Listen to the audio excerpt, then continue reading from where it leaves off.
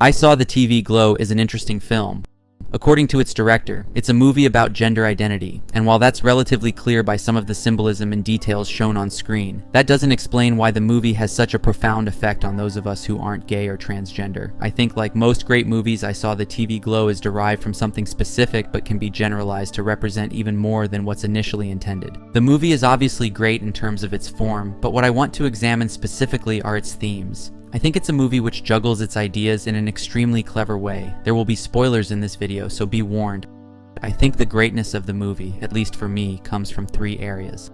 I'm going to categorize these three areas as calls to. What I mean by that is that the movie, rather than just asking questions, seems to be interested in pushing us to reassess our world, our place within that world, and the actions we take within it. The first of these three is the call to action. An effective call to action might seem like something which needs to be unequivocally inspiring, something which makes us feel energized and fearless enough to act. But ironically, it's often art which makes us feel like good things are guaranteed to happen, which are the most likely to doom us to our own complacency. I have no idea if the director of I Saw the TV Glow has seen Akira Kurosawa's Ikiru, or if they at all feel inspired by it, but I personally noticed a similarity here, in that both movies hit us with an emotional high, before finishing off with an ending that's conspicuously cold and disappointing. This sudden gear shift, in the case of both movies, isn't done to demoralize its audience. It's done to show us what's at stake given our failure to live up to the promise of that emotional high. The bureaucrats in Ikiru, by failing to live up to Watanabe's example, are then stuck in the same repetitive, meaningless purgatory that he once was. Most of them will never find their escape before it's too late. We as the audience are then left with the decision of either suffering the same fate or changing before tragedy forces us to change in our final moments, if ever. Likewise, in I Saw the TV Glow, Owen is given his opportunity for more. He forsakes that opportunity, doing so out of completely justifiable fear, not knowing if Maddie is insane or if she really has the key to his happiness. This failure to give in to his intuitions and to allow himself to accept the insane or remarkable is what leads to a life following these moments which proves to be unsatisfying. Similar to Ray Liotta in Goodfellas, the life most of us normies are leading becomes the hell for a character who had a glimpse at a lot more. Again, if this is simply and only a movie about being transgender, then this theme would mean very little, at least viscerally, to those of us who aren't transgender. I think the reason why it hits so hard for the rest of us is that it can also be generalized to being about any life choice or opportunity, one we shied away from out of fear or out of a belief that it was crazy. This is fundamentally a movie about potential, and it sort of teases us toward living up to our own, even if we have to take a gigantic risk to do so. The next call to in this film is a call to question reality itself. Films about questioning reality, The Matrix being the most famous of them, work so well for us because they become an obvious metaphor for a questioning of society, culture, ideology, and orthodoxy. The obvious literary example here is Plato's Cave, where seeing things as they are, not just as shadows on the wall, can make one feel insane, as they find that those who are still in a state of delusion have no reason to trust anything outside of that delusion, and will therefore treat anyone who exists outside of their frame of reference as stupid, malicious, or mentally unwell. The thing that's important to note about Plato's Cave was that Plato didn't just see the metaphor of the cave as being about the small-mindedness of those trapped within a narrow frame of reference, but also a reflection of the fact that the world we exist in is literally a world of illusion. The truth that exists in our world exists here because it spills down from a higher reality, one which dictates the rules in our own. I think I Saw the TV Glow as a relevant title here, as the movie tends to use bright ethereal light as a symbol for higher reality or potential.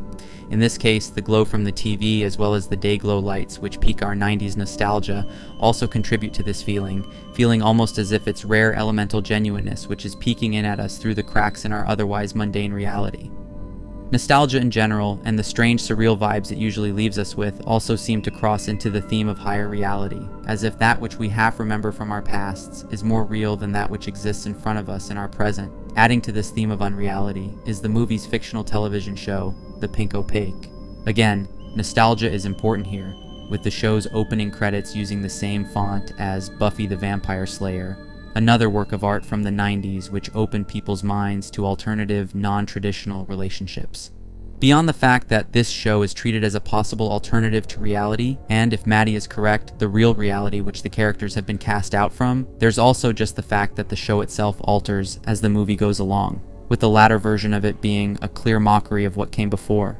The fact that the quote-unquote real show is so spiritually different from what was shown to us earlier in the film implies that either that which was shown to us earlier was falsehood or that which was shown to us later was. Further blurring these lines is the villain of the Pink Opaque, Mr. Melancholy, who watches down from the sky, almost serving as a form of Gnostic demiurge, the opposite of the sun in Plato's cave metaphor, whose purpose is to be the source of all truth and visibility. In the case of Mr. Melancholy, not only is he the villain of the show, but if Maddie's understanding is correct, he's the one who has trapped the two main characters within their now false reality. In Gnosticism, the demiurge is a sort of false god, one who has trapped the spiritual genuineness of reality within the prison of limiting and degrading physical form.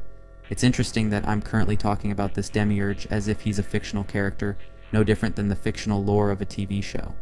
Because if the Gnostic religion is right, then the demiurge is actually more than just an idea.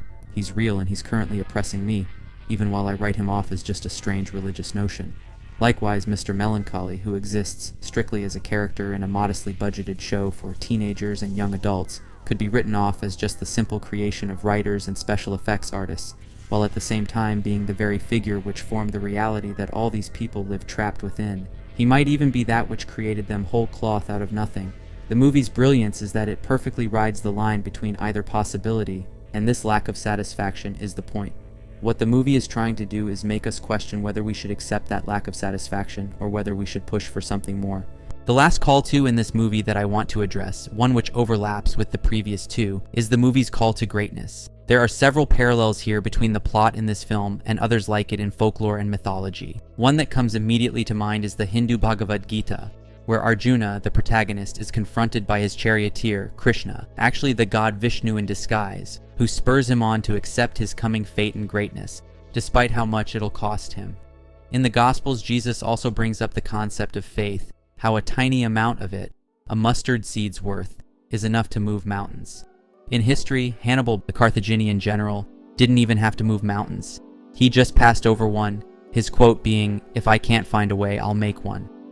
The German philosopher Friedrich Nietzsche tried to articulate this idea of living up to greatness using his concept of eternal recurrence, which was a thought exercise, one that asks you to examine your life and consider how excited you'd be at the prospect of living it over exactly the way you've lived it the first time.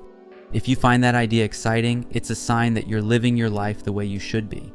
If that idea terrifies you, it's because you're wasting the one life you're guaranteed. The reason why I separate a call to action and a call to greatness into separate categories here is because a call to greatness involves an acceptance that, 1, greatness can actually exist, and 2, you yourself can be the source of it. Maddie is capable of making this leap, whereas Owen is not. This might be the reason why the Pink Opaque becomes terrible when he views it as an adult. It's because his sense of greatness has been dulled by his lifestyle. His third eye, so to speak, has been atrophied, his sense of wonder ripped out of his chest for cold storage, and his childhood hopes and dreams have been buried beneath the dirt in a place where no one can find them. The fact that the metaphors here can actually be a description of reality for all we know is probably what leads people to see parallels between this film and the works of David Lynch. What I like most about this film is that it blurs the line between metaphor and truth, a process that, when done right, only strengthens the metaphor by making it all that more visceral. This is my favorite film of the year so far, and while I don't think it's perfect, I think the things that it gets right are so impressive and so cleverly done that it's only going to grow in reputation as time passes. Watch it as soon as you can while you still have time.